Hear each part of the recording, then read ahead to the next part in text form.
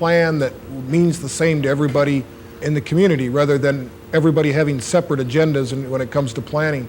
Emergency plans need to parallel each other from the very basic facility plan, maybe that a business would have, all the way through the federal or state and federal plans. And that's really the purpose of this agency under the disaster services side.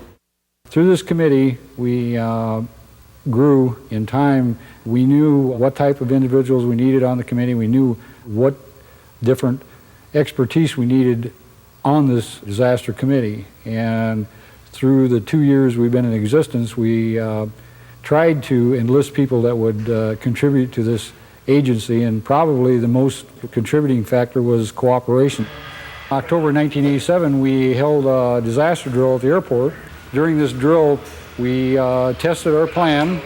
We found the weaknesses, a lot of weaknesses in our plan, and corrected the weaknesses we felt would be a problem. And again, I have to emphasize that the cooperation, coordination between all the organization was the key to this thing. I think the disaster drill played a major role, the airport disaster drill, and in fact all the disaster drills that we do. First of all, they allow interagency cooperation and interaction between the agencies. That takes place on a day-to-day basis in our community because of the way the system is designed, but it's also enhanced by working with other people in disaster drill settings. Certainly we were able to plan out various locations that we were going to establish triage and command and things such as that.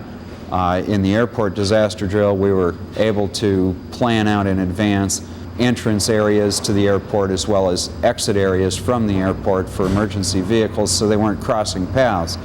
That type of thing was extremely helpful.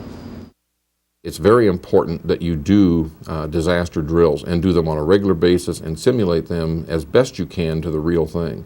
And then make sure that the people that are going to be in the responsible positions are also those that are participating within the drill. You don't want to have someone that is not going to be a factor or in a position within the disaster drill process that may perform or function in a different area in the actual disaster itself. So you want to make sure people are in the right place and performing the right function so they can not only scrutinize their own participation, but also then can be scrutinized and critiqued by their peers and also by their superiors. So I think that's very important as well.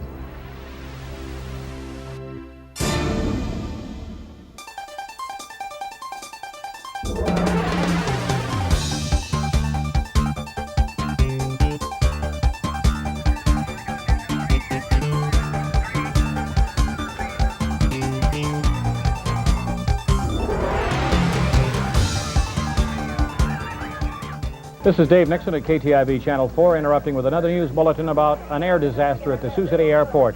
It happened just before 4 o'clock this afternoon. A DC-10 with 292 people on board, United Flight 232, en route from Denver to Chicago, tried to make an emergency landing at the Sioux City Airport and crashed. We have reporters on the scene. A major air disaster in Sioux City. A United Airlines DC-10 with about 292 people on board crashed just short of the Sioux Gateway Airport at 4 o'clock this afternoon.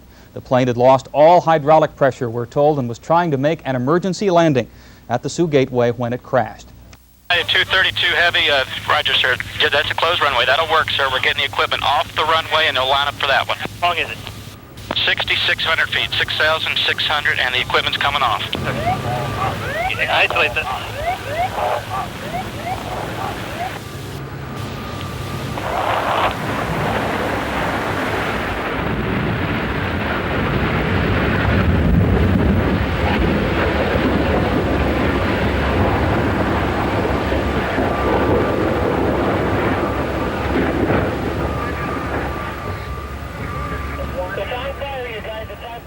Well, when the aircraft impacted the ground and started cartwheeling, there was a giant fireball following the aircraft and along with the aircraft. The aircraft veered off, and there was another large fireball that went across runway 3517. The aircraft then flipped on its back and went into the cornfield. The fire was concentrated around and under the wings of the aircraft after it had entered the cornfield upside down. The fireball that had erupted across 3517 dissipated and eventually went out by itself. There was a few little grass fires left. There was a few areas of debris that were burning, but none were significant enough to even waste our time on trying to extinguish these areas. We concentrated on reaching the main body of the aircraft.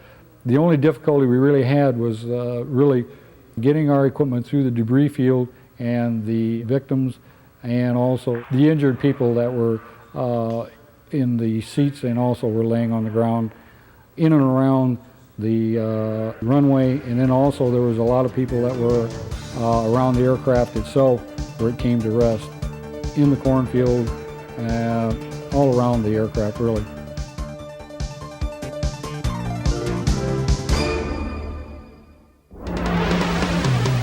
Okay, all right, stand by. He's on fire. Down. 419, engine 3, engine 4. Emergency equipment, car 19, come on, give us a hand out here. The aircraft is down. And for all of them, come to the stand by on the station. We're going to the scene. Well, but what situation out there? Well, the toll place, this thing is completely demolished on the ground. 10-4, you're going to need a lot of additional assistance out there, it sounds like. 10-4, I got engine 3, engine 5, and truck 3. I'm going out to the scene now. I'll find you in just a few minutes. Upon responding up the runway, we encountered dense smoke and a snowstorm of paper that had came out of the aircraft on impact. The fireball had subsided somewhat at that time.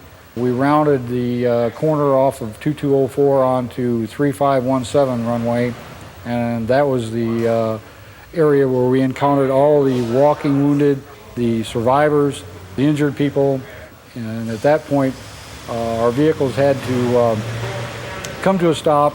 We actually had to get out of our vehicles and walk our way through the debris, the victims, and the injured parties till we got to the area where the main fuselage had went upside down into the cornfield and was burning in the cornfield.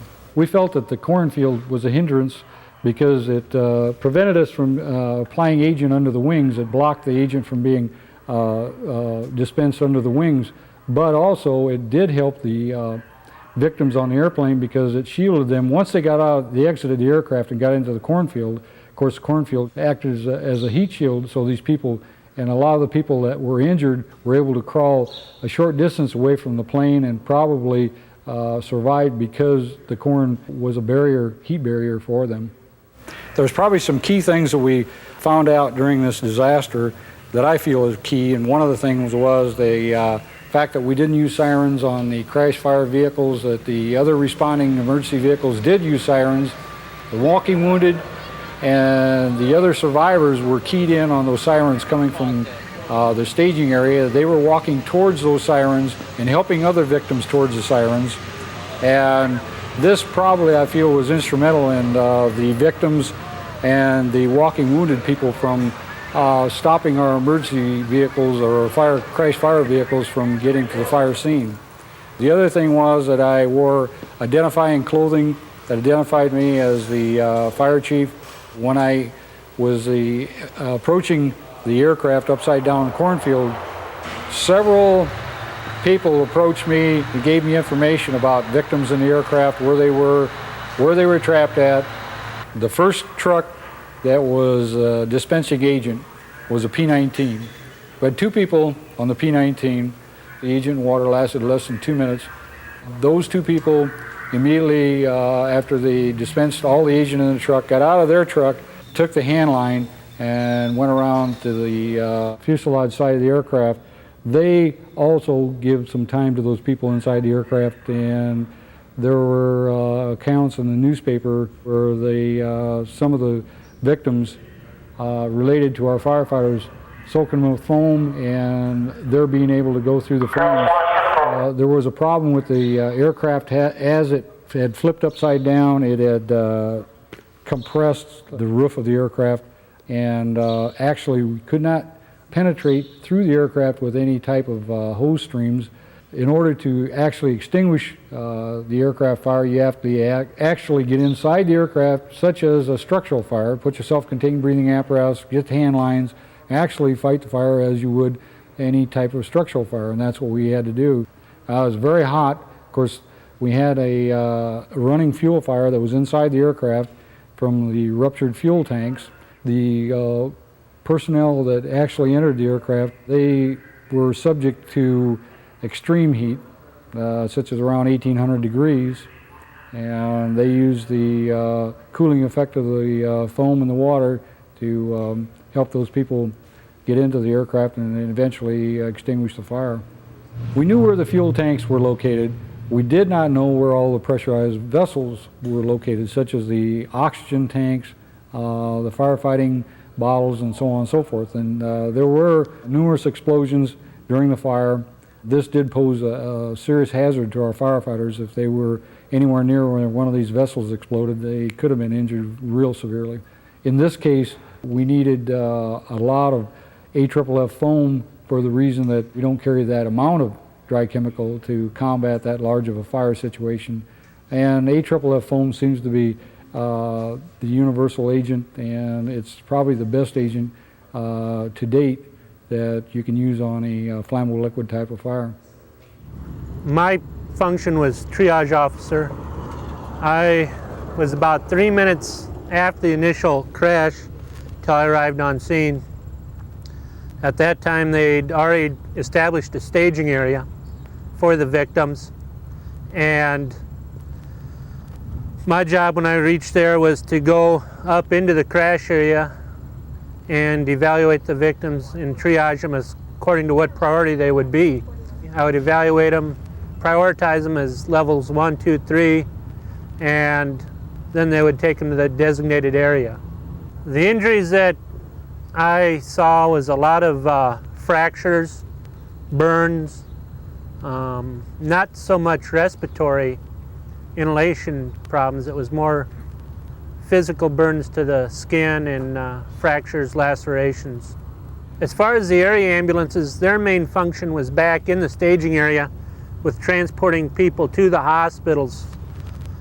The people we utilized as litter bearers for the most part were the Air Guard that were on duty at the air base at the time, and I heard there was a count of around 200 of those.